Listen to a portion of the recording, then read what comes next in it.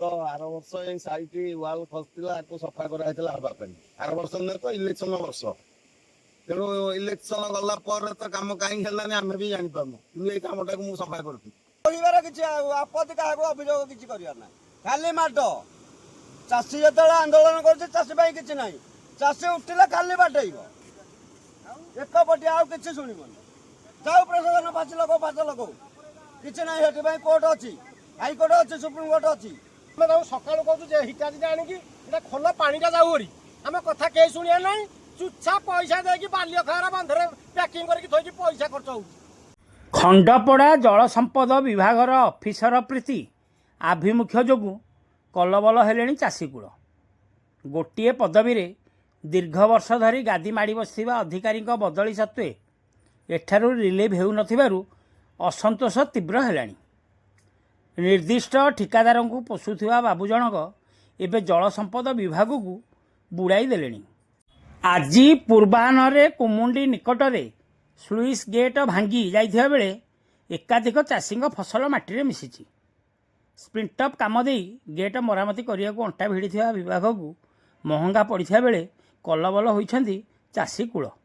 ତେବେ ସମ୍ପୃକ୍ତ ଅଧିକାରୀଙ୍କ ଠିକାଦାର ପ୍ରୀତି ଦାଣ୍ଡରେ ପଡ଼ି ହାଟରେ ଗଡ଼ୁଥିବା ବେଳେ ମାଡ଼ ତତ୍ତ୍ୱ ଦରକାର ବୋଲି ଚାଷୀ କହିଛନ୍ତି। ଏନେଇ ଆସନ୍ତୁ ସ୍ଥାନୀୟ ଚାଷୀ ଓ ସ୍ଥାନୀୟ ବ୍ୟକ୍ତିଙ୍କ ପ୍ରତିକ୍ରିୟା ଶୁଣିବା। ବର୍ତ୍ତମାନ ଜଣେ ଭାଇଙ୍କ ପ୍ରତିକ୍ରିୟା ନେବା। ଭାଇ ଆପଣଙ୍କ ନାଁଟା? ପ୍ରକାଶ ଚନ୍ଦ୍ର ରାଉତ। ଏଇ ପାଖ ନାଇଁ ଆମର ହଉଛି ରତନପୁର। ବର୍ତ୍ତମାନ ଏଇ ଯେଉଁ ଦେଖିଲେ ବ୍ରିଜ ବନ୍ଧ ଭୁଷୁଡ଼ି ଶୋଇଛି ଯାଇକି ନଈ ଭିତରେ, ନଦୀ ଭିତରେ ଏଥିରୁ କାହାକୁ ଦୋଷ ଦେବେ? ଏରା ପ୍ରଶାସନ ଆମର ସୁରକ୍ଷା ନେଇଛି, ପ୍ରଶାସନ ଦେବ ନା, ଆଉ କାହାକୁ ଆମେ ଦୋଷ ଦେବୁ କାହାକୁ? ବର୍ତ୍ତମାନ କିଛି ମାସ ପୂର୍ବରୁ ଆପରେ କିଛି ମାଟି ଛିଞ୍ଚିକି ପଇସା ନେଇଯାଇଛି, ଆପଣ ଜାଣିଥିବେ। ବିଲ୍ ବାରମ୍ବାର ହେଇକି ଯାଇଛି। ତେଣୁ ଏଇଟା ବର୍ତ୍ତମାନ ଲୋକ କହିବା କଥା ସ୍ଥାନୀୟ ବାସିନ୍ଦା ଯେ ଆକୁ ଯଦି ଚାହିଁଥାନ୍ତେ ଭୁଷୁଡ଼ି ନଥାନ୍ତା, କାର୍ଯ୍ୟକାରୀ ହେଇପାରିଥାନ୍ତା। କିନ୍ତୁ ଏଇ ଯେଉଁ କ୍ଷତି ହେଇନଥାନ୍ତା, ତାମାନେ ବର୍ତ୍ତମାନ ଅଫିସର ଅବହେଳାକୁ ଏସବୁ ସବୁ ଜିନିଷ ହେଇଛି। ଏଇଭଳିଆ ଅଫିସରଙ୍କ ଅବହେଳାରେ ସବୁ ଜିନିଷ ଏଇଭଳିଆ ଅଫିସର ମାନଙ୍କୁ କ'ଣ ଦଣ୍ଡ ମିଳିବା କଥା? ଖାଲି କର୍ଣ୍ଣମୂଳିଆ ମାଡ। ଆମେ ଯେମିତି ବଳଦକୁ ପଙ୍କ କାଦୁଅରେ ଚଷିକିନି ବାଟେଇକିନି ସଳଗୁଛୁ, ପ୍ରଶାସନକୁ ଏମିତି ବାଟେଇକି ସଳକି ଉଠିକି ଆସିବ। ବର୍ତ୍ତମାନ ଆମେ ଯୋଉ ପୁଅ ମାଇପ ଝିଅ ମାଇପ ଖଟେଇକିନି ଭଲ ମନ୍ଦ ଯୋଉଟା ଆମ ଇନକମ୍ ବର୍ତ୍ତମାନ ନଦୀ ପାଣିରେ ବର୍ବାଦ। ଆମକୁ ଦବ କିଏ? ଡଟ୍ ଡିକ୍ଲେୟାର ନ କଲେ ଆହୁରି ଚଢା ମାଡ ଦବୁ। ଏଠି କହିବାର କିଛି ଆପତ୍ତି କାହାକୁ ଅଭିଯୋଗ କିଛି କରିବାର ନାହିଁ, ଖାଲି ମାଡ। ଚାଷୀ ଯେତେବେଳେ ଆନ୍ଦୋଳନ କରୁଛି ଚାଷୀ ପାଇଁ କିଛି ନାହିଁ, ଚାଷୀ ଉଠିଲେ ଖାଲି ବାଟେଇବ, ଏକପଟିଆ ଆଉ କିଛି ଶୁଣିବନି।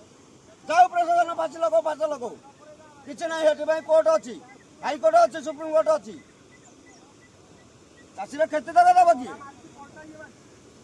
ନିଶ୍ଚିନ୍ତ ରୂପେ ବିଭାଗୀୟ ଅଧିକାରୀମାନଙ୍କ ଅବହେଳା ଯୋଗୁଁ ଆଜି ଯେଉଁ ବନ୍ଧଟି ବର୍ତ୍ତମାନ ବିଚ୍ଛିନ୍ନ ହେବାକୁ ବସିଛି ଏବଂ ସୁଇଚ୍ଟି ତାର ଯାଇ ନଈ ଭିତରେ ପଡ଼ିଛି, ଏହା ଚାଷୀ କୂଳକୁ ପ୍ରଭାବିତ ପକାଇବ ନିଶ୍ଚିନ୍ତ ରୂପେ। ତେଣୁ ଆଉ ଜଣେ ଭାଇଙ୍କି ପଚାରିବା।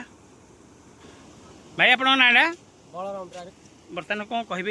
ଆମର 1.5 ଲକ୍ଷ ଟଙ୍କାର ମକା ବୁଡ଼ିଗଲାଣି, ପୁରା ମକା ପୋତି ବାଇଗଣ ସବୁ। ଆମେ ତାକୁ ସକାଳୁ କହୁଛୁ ଯେ ହିଟାଚିଟା ଆଣିକି ଏଟା ଖୋଲ ପାଣିଟା ଯାଉ ହରି, ଆମେ କଥା କେହି ଶୁଣିବା ନାହିଁ। ଚୁଚ୍ଛା ପଇସା ଦେଇକି ବାଲ୍ୟଖାର ବନ୍ଧରେ ପ୍ୟାକିଂ କରିକି ଥୋଇକି ପଇସା ଖର୍ଚ୍ଚ ହେଉଛି। ଆମର ଭଲ ପଇସା ପଡ଼ିଛି, ଆମେ ଲକ୍ଷ ଲକ୍ଷ ଟଙ୍କା ପାଇଥାନ୍ତୁ, ଆମେ ଖର୍ଚ୍ଚ କରୁଛୁ 50-60 ହଜାର ଲେଖା। ଆମେ ଚାଷୀ ଲୋକ କ'ଣ କରିବୁ? ଆମେ କୋଉଠି ରହିବୁ?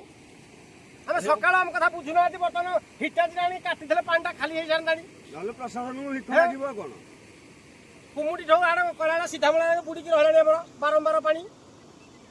କାମ ନ କରିବାର ଥିଲା, ହିଟାଚିରେ କାହିଁକି ତମେ କାଟିକି ତା ତଳୁ ପଥର ଆଣିକି ବାହାର କରିକି ଗଦଉଥିଲ? ଖରା ଦିନ କାଟିକି ଗଦେଇଛି କାମ କରିବେ ବୋଲି ବୁଝିବ କାମ କରିବାକୁ। ଯଦି ନ କରିପାରିଲ ତମେ କାଟିବା କଥା ନୁହଁ, ସେ ସୁରକ୍ଷିତ ଥିଲା।